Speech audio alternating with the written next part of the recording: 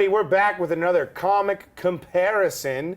And this week we are talking about the man, the myth, the legend, the bird, the penguin.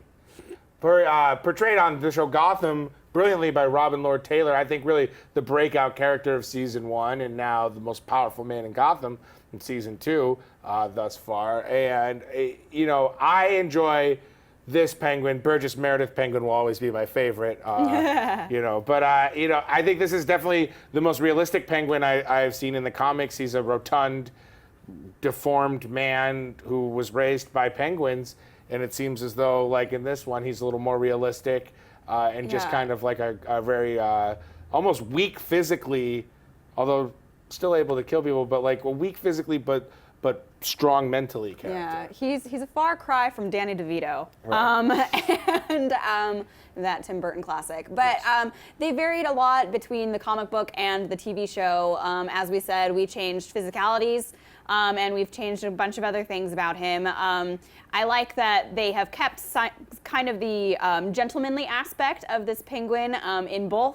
But we are missing out on the Iceberg Lounge, which obviously hasn't come about yet. But I believe that in the future we should probably get some like smoother, cooler class of criminal that's a little bit like more high-strung out of the penguin that we see currently. A lot of times from the comics, he's evil and crazy, but there seems to be like a method to the madness. Mm-hmm. And right now in the show, he sometimes it's like he's right. Driving out of control, right? Like it's like he may not make it around that next bend. There's not like a lot of like forethought. Like he's a smart guy, and we've seen that in the show, but you're not seeing like a ton of sort of these long, drawn out plans, which in the comic is like he would have these sort of like setups and it would almost be like Joker or Riddle-ish. Where like here he's just like, I'm stabbing this guy, and then I'm gonna figure out how to fix it later. There's a lot of like, I'll clean up after I make a mess, which is not how you view him in the comics very well. He's much more in control, I think, there. Well, yeah, and like even that control part, it's not like a thing that he has. He doesn't have the control of Gotham. I think this is a cool thing that we are getting to see because of the TV show,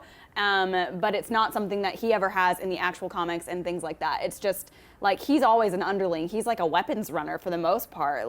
So it's interesting to see him and what his Gotham and him being in charge of Gotham looks like. Yeah. Well, that's it for this week's comic comparison. Don't forget to hashtag GothamAS with any penguin comments you may have for us. And we look forward to seeing you next week. Bye. For more of the Gotham After Show, click that button down there and subscribe to the Stream.tv.